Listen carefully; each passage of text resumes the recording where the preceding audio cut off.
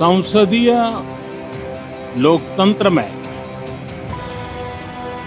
आज का दिवस गौरवमय है। आजादी के बाद पहली बार हमारी अपनी नई संसद में ये शपथ समारोह हो रहा है। कल 25 जून को भारत के लोकतंत्र में जो काला धब्बा लगा था, उसके 50 वर्ष हो रहे हैं। और हिंदुस्तान के कॉन्स्टिट्यूशन को कोई शक्ति नहीं छू सकती। मैं देशवासियों का आज विश्वास दिलाता हूं कि हमारे तीसरे कार्यकाल में हम पहले से 3 गुना ज्यादा मेहनत करेंगे। देश को एक अच्छे विपक्ष की आवश्यकता है, जिम्मेवार विपक्ष की आवश्यकता है।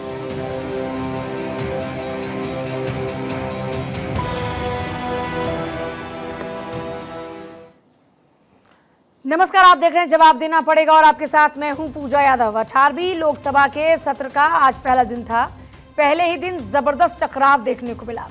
विपक्ष ने संसद भवन के बाहर संविधान की कॉपियां लेकर प्रदर्शन किया और नीट पेपर लीक समेत कई मुद्दों पर सरकार को घेरा। वहीं संसद सत्र के पहले दिन ही प्रधानमंत्री मोदी इमरजेंसी को लेकर बड़ा हमला बोलते हुए नजर आए। पीएम मोदी ने कहा, 25 जून भारत के इतिहास में काला धब्बा है। हम कोशिश करेंगे कि देश पर कभी ऐसी कालिख ना लगे। हमें देश की जनता ने तीसरी बार मौका दिया, लिहाजा हम 3 गुना मेहनत करेंगे। देश को आज हंगामा और नाटक करने वाला विपक्ष नहीं, बल्कि जिम्मेदार विपक्ष चाहिए। आज चर्चा हम इसी पर करेंगे। हमारे साथ में गैस पैनल मौजूद रहने वाला है, लेकिन जरा समझिए पीएम मोदी ने आज संसद के सत्र के आगाज से पहले क्या क्या बड़ी बातें कही। उन्होंने कहा कि आज का दिन गौरवमय है। आज़ादी के बाद पहली बार अपनी नई संसद में शपथ ग्रहण। कल 25 जून है। 50 साल पहले इसी दिन संविधान पर काला धब्बा लगा था। हम कोशिश करेंगे कि देश में कभी भी ऐसी कालिख ना लग सके। आज़ादी के बाद दूसरी बार सरकार को लगातार तीसरी बार सेवा करने का मौका मिला है। सरकार चलाने के लिए बहुमत की ज़रूरत, देश चलाने के लिए सहमति की ज़रूरत। जनता ने हमें तीसरी बार मौका दिया है और हमारी जिम्मेदारी 3 गुना बढ़ गई है। मैं देशवासियों को भरोसा देता हूं कि तीसरे कार्यकाल में हम 3 गुना मेहनत करेंगे। देश की जनता को नाटक, हंगामा नहीं चाहिए। देश को नारे, सब्सटेंस नहीं चाहिए। देश को चाहिए एक अच्छा और जिम्मेदार विपक्ष। तो ये खास बातें रही प्रधानमंत्री मोदी की। दूसरी तरफ आपने देखा कि राहुल गांधी कहते नजर आ रहे हैं कि संविधान को कोई भी ताकत छू नहीं पाएगी। हमारे साथ में खास मेहमान रहेंगे, डॉक्टर कौशल कांत रहेंगे, प्रवक्ता बीजेपी, पंकज श्रीवास्तव रहेंगे, प्रवक्ता कांग्रेस, और मोहम्मद आजम, समाजवादी के प्रवक्ता, इस वक्त हमारे साथ में हैं। सभी का एक बार स्वागत है। पंकज श्रीवास्तव जल्दी हमारे साथ में होंगे। डॉक्टर कौशल कांत जी, आज के दिन पर इमरजेंसी को याद करना, काले धब्बे का जिक्र करना, फिर विपक्ष पर घेराबंदी करना, क्या मतलब है इसका? पूजा जी, जो इमरजेंसी की सच्चाई है, 25 जून की सच्चाई है, उसको कोई नकार नहीं सकता। और मुझे लगता है कि इतिहास को याद करना और उसके बारे में बताना ये एक अलग इशू है, और जो बाकी मुद्दे हैं वो एक अलग इशू है।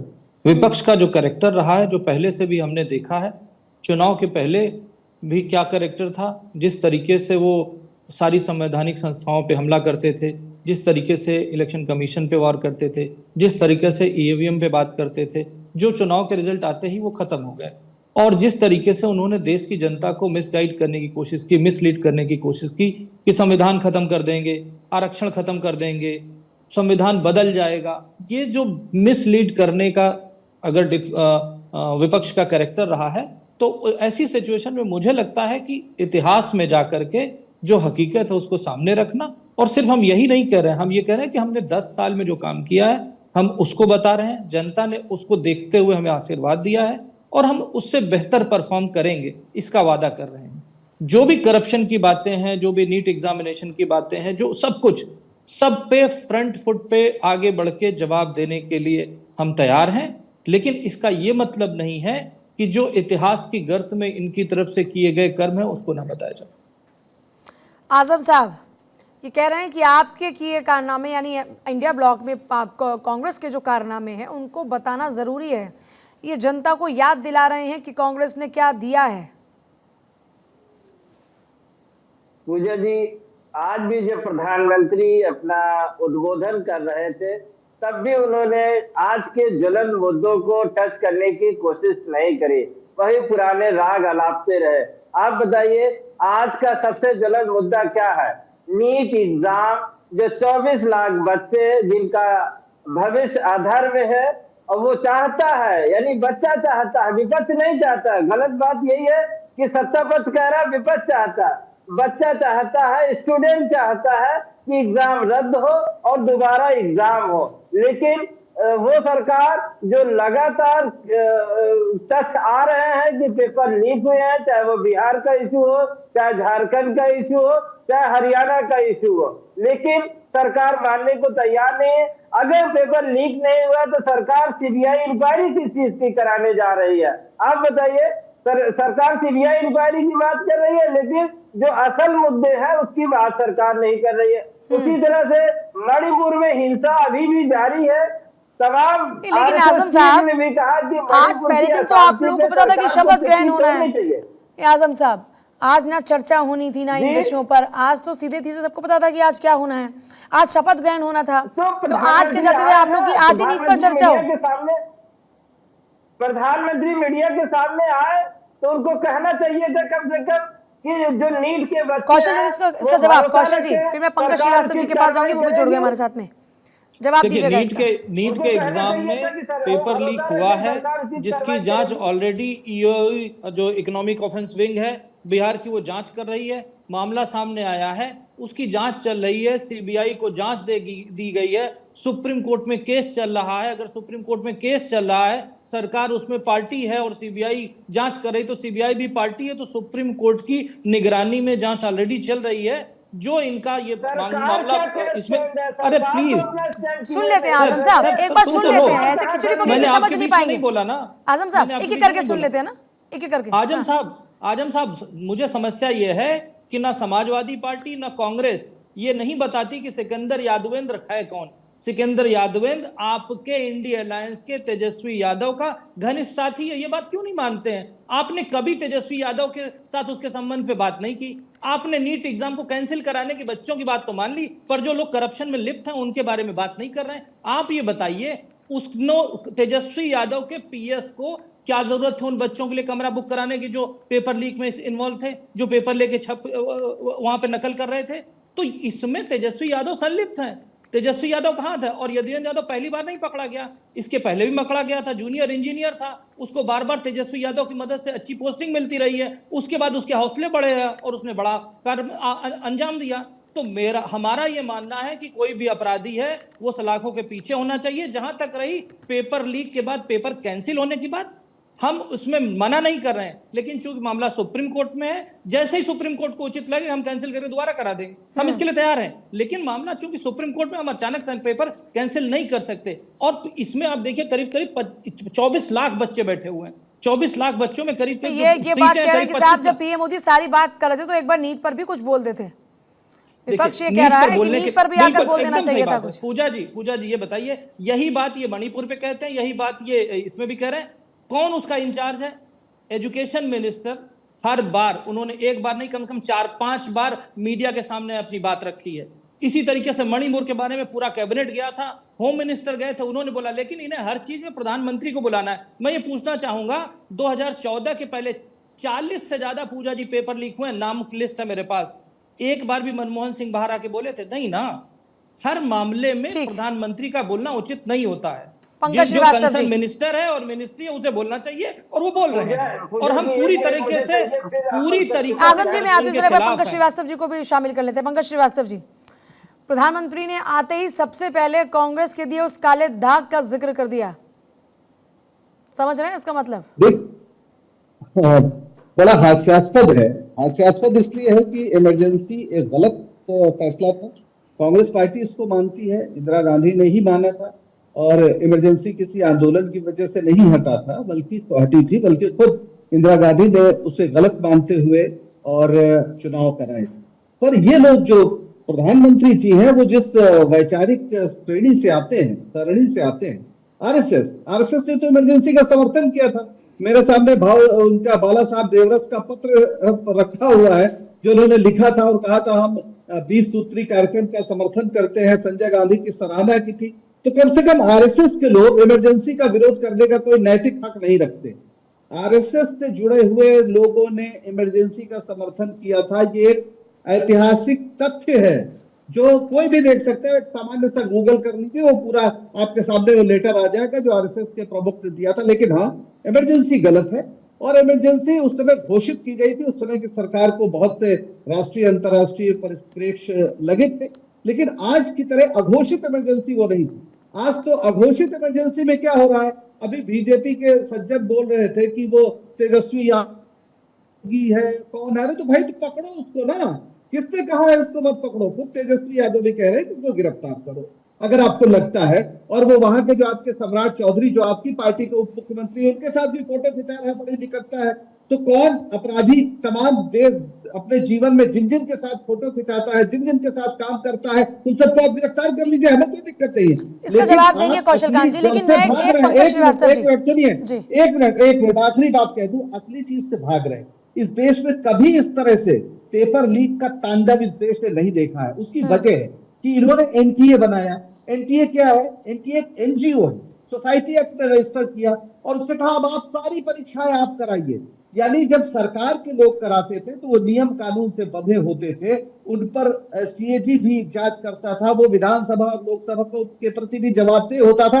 अब इन्होंने एक एनजीओ को दे दिया, एनजीओ जिसकी चाहे नियुक्ति करे। वो नियुक्त लोग जो बिना किसी पात्रता के आ जाते हैं, वो किसको ठेका दे देंगे? आप सोचिए कि मेडिकल का एग्जाम हो रहा, पहले क्या होता था, राज्यों में तमाम जो डॉक्टर्स होते थे, मेडिकल के बड़े बड़े जो इंस्टीट्यूट है, उसके लोग कराते थे। अब इन्होंने ठेका दे दिया किसी को। तो पूरा इनका जो एनटीए का कॉन्सेप्ट है, वही दरअसल गोरखा बाप कोल्हू है और जानबूझ के लिए, भ्रष्टाचार के लिए ही इसको बनाया गया है। ये पहले नहीं होता था। पेपर लीक की कोशिशें और घटनाएं पहले भी होती थी, बहुत सीमित अर्थों में होती थी। लेकिन ये कह रहे हैं, एक फैक्ट तो ये भी है ना कि पेपर लीक तो पहले भी होते रहे। पेपर लीक सिस्टम का हिस्सा बन चुका है ना, उसको आप ठीक कर पाए ना, उसको ये ठीक कर पाए, तो पिस तो चलता रही है ना। जब भी पहले कभी भी पेपर लीक हुआ तो जनता उसके खिलाफ बोलती है, विपक्ष उसके खिलाफ बोलता है और सरकार सर झुका के आलोचनाओं को स्वीकार करती है और उस पर कार्रवाई करती है। ये थोड़ी कहती है कि वो उसके साथ उनकी फोटो है, वो उनके साथ थे। अरे भाई, आपकी सरकार है, कार्रवाई आपको करना है, रोकने की जिम्मेदारी आपकी। यानी कोई ये कहे कि चोरी तो पहले भी होती थी, जवाब दीजिएगा इसका कौशल कांत जी। अजीब बात कर रहे हैं लोग। अभी आपने कहा ये अघोषित इमरजेंसी है। अगर अघोषित इमरजेंसी होती तो तेजस्वी यादव को उठा करके जेल में डाल दिया गया होता, क्योंकि हमें लगता है, क्योंकि विपक्ष को लगता है।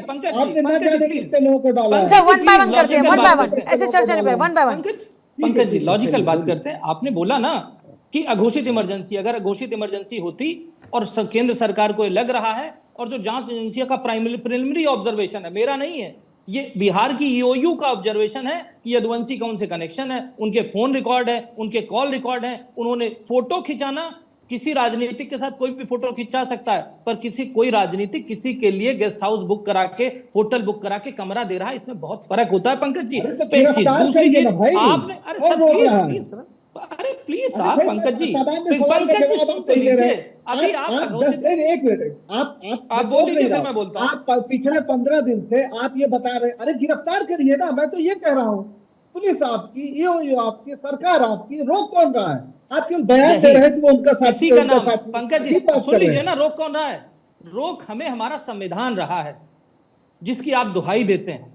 जो आप कहते हैं इमरजेंसी में खत्म कर दिया गया था, आपने ये कहा कि इमरजेंसी में, इमरजेंसी आंदोलन से समाप्त नहीं हुई थी। अरे सुनिए तो, इमरजेंसी आंदोलन से समाप्त नहीं हुई, ऐसा आपका अभी वक्तव्य था, आपने खुद बोला। तो जिसके साथ आप जुड़े हुए हैं, चाहे समाजवादी पार्टी हो, चाहे जेडीयू हो, चाहे देश की जितनी भी छोटी पार्टियों के जो बड़े लीडर हैं, वो सब इमरजेंसी से ही पैदा हुए हैं। अगर वो इमरजेंसी समाप्त नहीं हुई तो इंदिरा गांधी को सपना आया था कि इमरजेंसी खत्म कर दें। और जो कह रहे हैं, जो बड़े बड़े, उन्होंने केवल इमरजेंसी खत्म करके संविधान की हत्या की थी, जिसकी आप बात करते हैं, क्योंकि इमरजेंसी के दौरान उन्होंने प्रियम्बल को चेंज किया था, उन्होंने प्रियम्बल को। चलिए आज के मुद्दे पर आते हैं, अब आज के मुद्दे पर आते हैं। ठीक है पंकज श्रीवास्तव जी, मुद्दे पे मैं हूं, ये ले जा रहे हैं। पंकज जी, सवाल ये है कि संसद के सत्र का आगाज ही हुआ और प्रदर्शन शुरू हो गया, अंदर ना जाकर बाहर प्रदर्शन, कॉन्स्टिट्यूशन की कॉपी लेकर हाथ में प्रदर्शन। तो क्या ये मानकर चलें कि आने वाले दिनों में यही नजर आने वाला है? मतलब पीएम कह रहे हैं या जनता के जहन में भी ख्याल है कि कार्रवाई इस बार भी हो पाएगी कि नहीं हो पाएगी? जैसे पिछली बार भेंट चढ़ते रहे हंगामे के, इस बार कुछ हो पाएगा कि नहीं? पूजा जी, अगर किसी सरकार को ये लगता है कि वो मनमानी करेगी तो उसके खिलाफ आंदोलन ही हो। आप बताइए, प्रोटेम स्पीकर का जो पूरा तौर तरीका था क्या था? जो सबसे ज्यादा बार संसद चुना जाता है, जो सबसे सीनियर होता है, उसको प्रोटेम स्पीकर बना दिया जाता है। थोड़ी देर का काम है, 1-2 दिन का, कोई दिक्कत नहीं थी। अब आप उसमें भी जिद कर रहे हैं कि नहीं नहीं, चूंकि एक दलित है, दूसरी पार्टी का है, हम नहीं बनाएंगे। अरे भाई, और उसमें आप ले आए कि अनइंटरप्टेड, इस तरह की बातें आप कर रहे हैं। आप वरिष्ठता का एक सामान्य सा सम्मान देने को तैयार नहीं है, और उसके बाद आप सोच रहे हैं कि लोग आपका समर्थन करें। और जहां तक हंगामे वगैरह की बात है, तो जरा अरुण जेटली का बयान याद कर लीजिए। संसद में खड़े होकर उन्होंने कहा था, महीना भर संसद नहीं चली थी, और उन्होंने इसके आलोचना का जवाब ये कहते हुए दिया कि संसद को न चलने देना भी संसदीय कार्रवाई का हिस्सा है। ये अरुण जेटली जी का बयान है, हमारा नहीं है। इसी से मिलती जुलती बात सुषमा स्वराज जी ने भी कही। तो जब ये लोग विपक्ष में होते हैं और जो सिद्धांत गढ़ते हैं, विपक्ष उसी को आपके सामने रख रहा है ना। तो आप कब से इनके नेताओं का अनुसरण करने लगे? आप इनके लोग की खुद की आइडियोलॉजी नहीं है? कांग्रेस की अपनी पॉलिटिक्स नहीं है? आइडियोलॉजी का सवाल नहीं है, ये आइडियोलॉजी का सवाल नहीं है, ये संसदीय प्रक्रिया का सवाल है। और संसदीय प्रक्रिया में अगर प्रोटेम स्पीकर सबसे वरिष्ठ व्यक्ति को चुना जा सकता है, या उसकी परंपरा रही है, तो उसमें दिक्कत क्या थी? कौशल गांधी, अच्छा ही आपका संदेश जाता कि विपक्ष का एक आदमी सबको मैं जल्दी से एक बहुत ही छोटे से सवाल का एक छोटा सा ही जवाब चाह रही हूँ। मतलब ये मानकर चलें कि आने वाले दिनों में ऐसी ही बातों पर, मान लीजिए कल को और कुछ ऐसा ही हुआ, अब मान लीजिए स्पीकर की बात हो रही है, तो यहाँ पर डिप्टी स्पीकर की बात हो रही है, तो वहां पर भी फिर यही होगा कि जी हमारी बात नहीं सुनी गई तो हम तो बाहरी हंगामा करेंगे या हम बाहरी प्रदर्शन करेंगे। मैं ये जवाब जानना चाह रही हूँ कि क्या विपक्ष की जो राजनीति होगी वो संसद के बाहर चलने वाली है? हमारी बात नहीं, संसदीय परंपराओं की बात सुनिए, हमारी बात मत सुनिए। हम कौन है? विपक्ष की आप बिल्कुल मत सुनिए। जो संसदीय परंपरा है, जो संविधान कह रहा है, आप उसकी बात सुनिए, उसकी बात हो रही है, हमारी बात बिल्कुल नहीं सुनिए। जल्दी से जवाब सुन लीजिए। फिर आजम साहब आपके पास आती हूँ। सबसे वरिष्ठतम सांसद की बात की गई है, और कॉन्स्टिट्यूशन में ये प्रोटेम स्पीकर का टर्म डिफाइंड नहीं है। वरिष्ठतम सांसद जिसकी उम्र सबसे ज्यादा है वो हो सकता है, ठीक? और ये सरकार का क्या बात कर रहे हैं आप? आप भी राहुल गांधी बन रहे हैं, बीच में बोलने लगते हैं। बात करें, उम्र नहीं होती, सबसे ज्यादा बात चुना गया। आप अजीब बात करो, मैं बीच में ना बोलूं, मैं अजीब बात करूं, आप बीच में बोलो, ये क्या तरीका हुआ? डिस्कशन करने आए हैं, आप अपनी बात रखो, हम एक दूसरे पे नहीं बात करें। हम अपनी बात जनता के सामने रख रहे हैं, मैं अपनी बात जनता के सामने रख रहा हूं, आप अपनी बात जनता के सामने रख रहे हैं। इसमें क्या बात है? आप ये बताइए, जो सरकार ने प्रोटेम स्पीकर का चुनाव किया है, उसमें आपको क्या समस्या है? क्यों दिक्कत है? कहां कॉन्स्टिट्यूशन में डिफाइन है? इस तरह की बातें करके आप जो है देश की जनता को भ्रमित करने की कोशिश कर रहे हैं। जिस तरह से आपने संविधान, एक एक करके बात करते हैं ना सर। पूजा जी, मैं तो ऑलरेडी बीच में नहीं बोलता। नहीं, मैं उन्हीं को बोल रही हूँ, बोलिए, आप बात पूरी कीजिए। बोलिए। मैं पूजा जी सिर्फ ये कहना चाहता हूं कि प्रोटेम स्पीकर एक तो संविधान में डिफाइन नहीं है कि कौन होगा, ये एक डिक्टिम है कि जो वरिष्ठतम सांसद होगा उसको बनाया जाएगा। वरिष्ठतम की डेफिनेशन डिफाइन नहीं है, तो जो सबसे वरिष्ठतम सांसद था उसको बना दिया गया। इसमें इनको अपने मर्जी दिखानी है, इन्हें अपनी मिसलीड करने का काम करना है। संविधान की कॉपी लेकर के जो ये इलेक्शन में इन्होंने एक ठीक सा प्रदर्शन किया, और जो हमारी 400 पार के नारे को नहीं हम पूरा कर पाए, उसी के अभिमान में संविधान की कॉपी हर जगह दिखाते हैं। अगर संविधान में कहीं कोई गड़बड़ होती तो आप बताइए, सुप्रीम कोर्ट में सारे मामले जा रहे हैं, क्यों नहीं सुप्रीम कोर्ट? कॉन्स्टिट्यूशन का जो गार्जियन है वो सुप्रीम कोर्ट है। सुप्रीम कोर्ट अगर गार्जियन होकर के देख रहा है सब कुछ, सारे मामले कोर्ट में जा रहे हैं, तो ये जो बार बार कहते हैं कि संविधान नहीं है, संविधान नहीं है, तो ये झूठ बोलते हैं। समस्या ये है, और यही कहते हैं वो संसद का बहिष्कार कर रहे हैं। ये कहते हैं कि हम बात नहीं करने देते हैं। पूरी संसद खुली हुई है, संसद का सत्र चल रहा है, आप संसद के अंदर नहीं बोलेंगे पर बाहर हड़ताल करेंगे, इसका क्या उचित है? बताइए आप मेरे को। भाई आप ये बताइए, ये कह रहे हैं, अजीब बात कर रहे हैं, कह रहे हैं कि जो सबसे वरिष्ठ था, अरे कोई 70 साल का आदमी मान लीजिए पहली बार चुन लिया जाए और उसकी उम्र ज्यादा है, क्या वो वरिष्ठ हो जाएगा? वरिष्ठ वो होता है जो जितनी ज्यादा बार कार्यकाल जिसका पूरा होता है वो वरिष्ठ होता है। आप ऐसी बातें मत करिए, बड़ी हास्यास्पद है। दूसरी बात सुनिए, अब आप बोलिए, अब आप बोल रहे हैं ना, बोलिए। तो दूसरी बात ये है कि ये कह रहे हैं कि लिखा नहीं है, संसदीय परंपराएं होती है। ब्रिटेन का पूरा जो संविधान है वो आज तक लिखा नहीं गया है। परंपराएं होती है, जो सबसे वरिष्ठ है उसको प्रोटेम बनाया जाए, पर आज तक इस पर विवाद नहीं हुआ, चाहे विपक्ष की सरकार रही हो चाहे पक्ष की सरकार किसी भी पार्टी की रही हो। एक सामान्य सी बात है, क्योंकि प्रोटेम स्पीकर को कोई अधिकार नहीं होते, एक सम्मान होता है, जो सबसे ज्यादा बार चुना गया वो आता है और सबको वो शपथ दिला देता है। इसको अगर ये मानते, इस परंपरा को मानते, तो इससे अच्छा ही संदेश जाता कि ये विपक्ष को साथ लेकर चल रहे हैं। प्रोटेम स्पीकर को कोई अधिकार नहीं मिल जाता, सिर्फ 2 दिन उसे लोगों को शपथ दिलानी थी। लेकिन इसमें भी इस सरकार का अहंकार कि नहीं, हम जो चाहेंगे वो करेगा। और भाई अगर कोई कह रहा है कि एक दलित सबसे वरिष्ठ था इसलिए आपको चिढ़ हुई, तो उसके पीछे वजह है, आपने इस देश के राष्ट्रपति को नहीं बुलाया जब यहाँ पे संसद का उद्घाटन हुआ, जब उसकी नई संसद की बुनियाद डाली गई, तो आपने एक दलित और आदिवासी राष्ट्रपति को आमंत्रित नहीं किया। मैं आती हूँ एक सेकंड। आजम साहब, इस तरह के तमाम हरकतें की हैं जिसकी वजह से सवाल उठते हैं। आजम साहब, जब ऐसे मतभेद होंगे तो क्या ये मानकर चले कि एक जो सरकार के सांसद और मंत्री होंगे वो अंदर होंगे, विपक्ष के सारे सांसद बाहर होंगे, और संसद का यही स्वरूप बन चुका है? पूजा जी, चुनाव में जनता ने जिन मुद्दों पे हमें वोट दिया है उन मुद्दों को लेके हम सड़क से संसद तक लड़ाई लड़ेंगे, चाहे वो किसानों की समस्या हो, किसानों की एमएसपी की गारंटी चाहिए, किसानों को कर्ज माफी चाहिए, जो युवा वर्ग है उन्हें बेरोजगारी से निजात चाहिए, उन्हें पेपर लीक से निजात चाहिए, और नीट और यूजीसी, यानी अभी 34-35 लाख बच्चे ऐसे हैं सड़क पर जिनके पेपर लीक हो गए। अभी करंट की बात है, ये 15-20 दिन की बात है। तो ये सब मुद्दे हमारे मुद्दे हैं, और महंगाई एक बहुत बड़ा मुद्दा है। महंगाई, अभी आरबीआई ने कहा है कि जो खाद्य आपूर्ति की महंगाई है वो एक चिंता का विषय है, उसे हमें हैंडल करना होगा। और भाजपा मानती ही नहीं कि महंगाई है। आरबीआई कह रही है कि खाद्य आपूर्ति की महंगाई है 9.82%, लेकिन वो मानने को तैयार नहीं है। जब वो मानेंगे नहीं तो हमारे पास जो ऑप्शंस है, जनता ने जो मुझे अधिकार दिए हैं, विपक्ष को वो अधिकार का यूज होगा। मुझे एक सवाल का जवाब दीजिए भाई, बाहर तो आप लड़ ही रहे हैं ना सड़क पर। ये 70% जब सड़क पर लड़ना है तो सड़क पर लड़िए, जब संसद में लड़ना है तो संसद में लड़िए ना। अंदर संसद के बाहर और संसद के अंदर अगर यही हंगामा चलता रहा तो फिर जनता के हितों का क्या होगा? जो जनता की गाड़ी कमाई से जो संसद चलती है, जब वो चल नहीं पाएगी तो वहां पर भी तो जनता का हित कौन सा हुआ? ये तो फिर आप लोग का हित हुआ। मैं दोनों की बात करी, दोनों पार्टीज की, फिर तो आप स्वहित पर फोकस कर रहे हैं, अपने अहम को सेटिस्फाई कर रहे हैं जनता के हितों से ऊपर। नहीं, बिल्कुल नहीं, जनता के मुद्दों पे ही लड़ाई है। प्रोटेम स्पीकर जो था जनता का ही है। एक दलित अगर वरिष्ठ था तो उसे प्रोटेम स्पीकर बनाया जाना चाहिए था, ये भी जनता का मुद्दा है, कोई व्यक्तिगत मुद्दा नहीं था। अभी देखिए, अभी डिप्टी स्पीकर मिलना चाहिए विपक्ष को, अगर डिप्टी स्पीकर विपक्ष को नहीं देते हैं तो यकीनन इसके बाद कहीं ना कहीं संसद में इसके लेके भी हंगामा होगा। तो अगर ये तो इसीलिए आप बार बार संविधान की कॉपी दिखा रहे हैं, इसीलिए बार बार संविधान की कॉपी दिखा रहे हैं। संसदीय परंपरा कौशल कांत जी, नहीं करेगी तो हंगामा होगा। इनके संवैधानिक हकों पर आप क्यों डाका डाल रहे हैं? ये कह रहे हैं कि जो इनके संवैधानिक अधिकार हैं आप उनसे दूर रख रहे हैं। पूजा जी इस बात का जवाब नहीं दे पाइए कि संसद तो कुछ समय चलती है, पूरी समय सड़कें खुली रहती है, तो जब संसद चले तो संसद के अंदर हंगामा करें, संसद में जा करके बोलें अपनी बात।